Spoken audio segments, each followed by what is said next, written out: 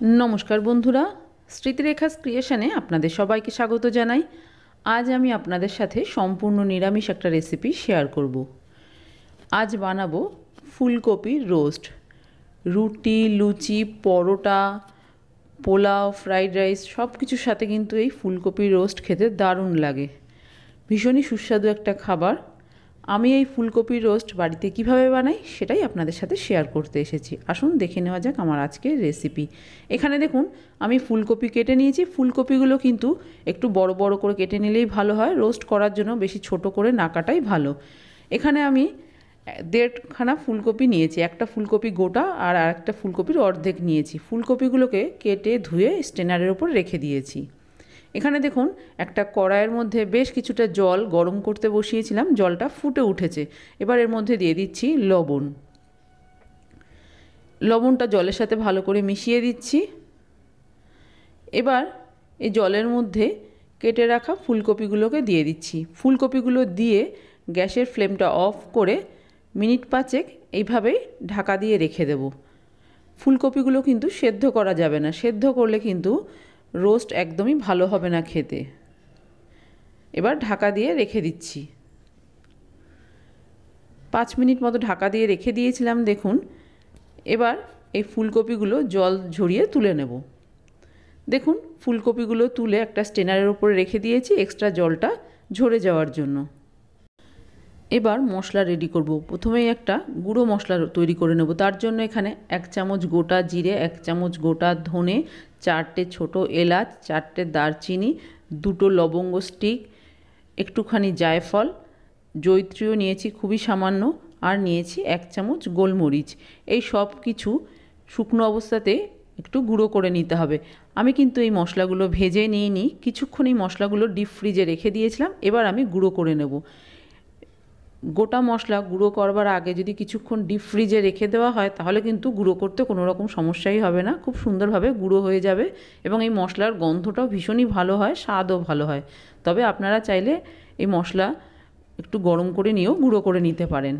একবার আমার মতো এইভাবে গুঁড়ো করে দেখবেন, আশা করি আপনাদের ভালো লাগবে। দেখুন মশলা গুঁড়ো করা হয়ে গেছে, এবার মশলাটা ঢেকে রাখলাম। আরও কিছু মশলা তৈরি করে নিতে হবে। তার জন্য মিক্সির আরেকটা জার নিয়েছি, জারের মধ্যে দিয়ে দিচ্ছি কয়েকটা কাজু, আর দিয়ে দিচ্ছি 4 মগজ, 2 চামচ 4 মগজ দিলাম। এখানে আপনারা পোস্তও দিতে পারেন, আমি পোস্তটা দিইনি। এবার এই সব কিছু শুকনো অবস্থায় একটু গুঁড়ো করে নিচ্ছি। দেখুন শুকনো অবস্থাতেই গুঁড়ো করে নিয়েছি, তবে আপনারা চাইলে জলে ভিজিয়ে তারপরেও বেটে নিতে পারেন। এবার এর মধ্যে দিয়ে দিচ্ছি টক দই। এই দইটা আমার বাড়িতে তৈরি করা, আপনারা কেনা দইও ব্যবহার করতে পারেন, তবে চেষ্টা করবেন দইটা যেন রুম টেম্পারেচারে থাকে। এখানে আমি 1/2 কাপ মতো দই ব্যবহার করছি।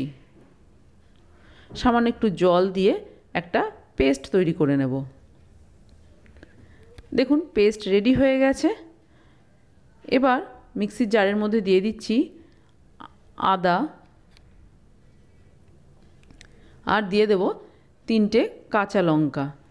আবারও একটা পেস্ট তৈরি করে নেব। এবার আমি রান্নাটা শুরু করব। তার জন্য গ্যাসে একটা কড়াই বসিয়ে ভালো করে গরম করে নিয়ে দিয়ে দিচ্ছি বেশ কিছুটা রিফাইন্ড অয়েল। এই রান্নাটা কিন্তু রিফাইন তেলে করলেই খেতে ভালো লাগবে।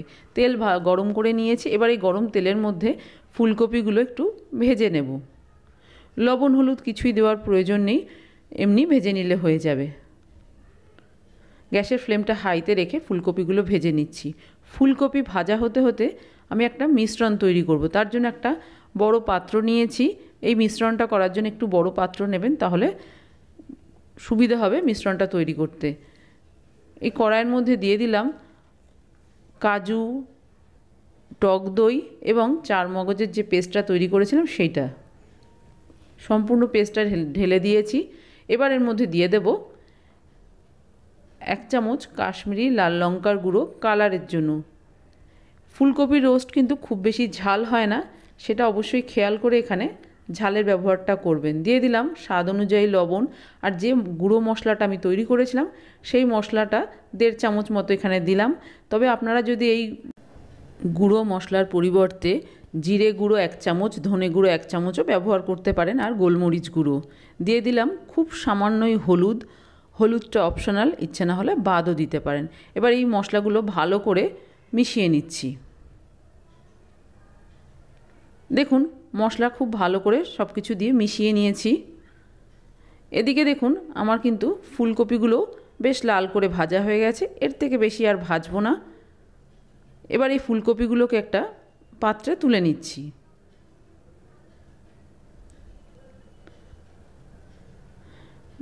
ভেজে নেওয়া ফুলকপিগুলো এই যে মিশ্রণটা তৈরি করেছি এর মধ্যে আমি দিয়ে দেব। মশলার মধ্যে দিয়ে ভালো করে মশলার সাথে ফুলকপিগুলো মাখিয়ে নেব। আপনারা যদি ফুলকপি ভেজে করতে না চান তাহলে ফুলকপিটা ভাপিয়ে নেওয়ার পর সেই ফুলকপি কিন্তু এই মশলার মধ্যে দিয়ে ভালো করে মেখে নিয়ে তারপরে ফুলকপিগুলো একটু ভেজে নিয়ে রান্নাটা করতে পারেন। আমার মনে হয় আগে ভেজে তারপরে রান্না করলেই সুবিধা হয়, সেই জন্যই আমি আগে একটু ভেজে নিয়েছি। যেই কড়াইয়ের মধ্যে ফুলকপি ভেজেছি তার মধ্যে বেশ কিছুটা তেল ছিল, 1 চামচ ঘি দিয়ে দিলাম। ঘিটা মেল্ট হয়ে যাওয়ার পর এবার এর মধ্যে ফোড়নের জন্য দিয়ে দিচ্ছি এলাচ, দারচিনি, লবঙ্গ। ফোড়নটা দিয়েও কয়েক সেকেন্ড একটু নেড়েচেড়ে ভেজে নিচ্ছি। ফোড়ন ভাজা হয়ে গেছে, এবার এর মধ্যে দিয়ে দিচ্ছি আদা কাঁচা লঙ্কার যে পেস্ট রেডি করে রেখেছিলাম সেই পেস্টটা। ভালো করে নেড়েচেড়ে কষিয়ে নিচ্ছি আদার কাঁচা গন্ধটা চলে যাওয়া পর্যন্ত। দেখুন কিছুক্ষণ কষিয়ে নেওয়ার পর মশলা মাখিয়ে রাখা ফুলকপিগুলো তেলের উপরে দিয়ে দিচ্ছি।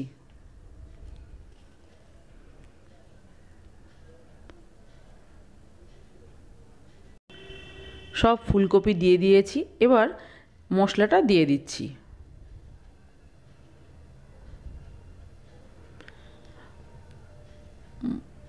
পাত্রটা ধুয়ে আরও কিছুটা জল এর মধ্যে দিয়ে দিলাম। এবার ভালো করে নেড়ে চেড়ে দিচ্ছি। এই রান্নায় জল ব্যবহার করার কোনো প্রয়োজন নেই। গ্যাসের ফ্লেমটা মিডিয়াম টু লোতে রেখে ঢাকা চাপা দিয়েই রান্নাটা করে নিতে হবে। আর ফুলকপির রোস্ট খুব বেশি ঝোল হয় না, সেই জন্য খুব বেশি জলেরও প্রয়োজন নেই। ভালো করে নেড়ে চেড়ে ঢাকা দিয়ে দিলাম। দেখুন কিছুক্ষণ ঢাকা দিয়ে রান্না করে নিয়েছি, এবার ঢাকনাটা খুলে একটু নেড়ে চেড়ে দিচ্ছি। মাঝে মাঝে ঢাকনাটা খুলে একটু নেড়ে চেড়ে দিতে হবে। ফুলকপি থেকে কিছুটা জল বেরোবে, সেই জলেও কিন্তু এই রান্নাটা খুব সুন্দরভাবে হয়ে যাবে। আবারও ঢাকা দিয়ে দিলাম। এইভাবে বারবার ঢাকা দিয়ে আর একটু নাড়াচাড়া করে করে রান্নাটা করে নিতে হবে। গ্যাসের ফ্লেমটা কিন্তু একদমই হাইতে রাখবেন না, তাহলে এই ঝোলটা শুকিয়ে যাবে এবং রান্নাটা খেতে ভালো লাগবে না।